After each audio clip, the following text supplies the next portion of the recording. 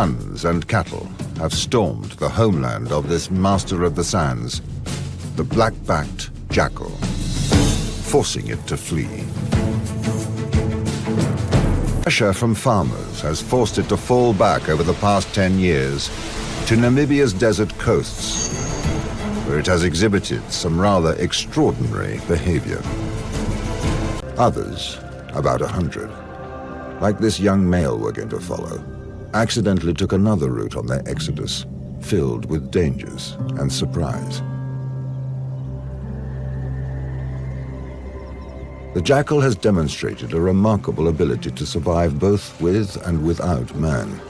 In inhabited areas, the jackal moves under cover of night.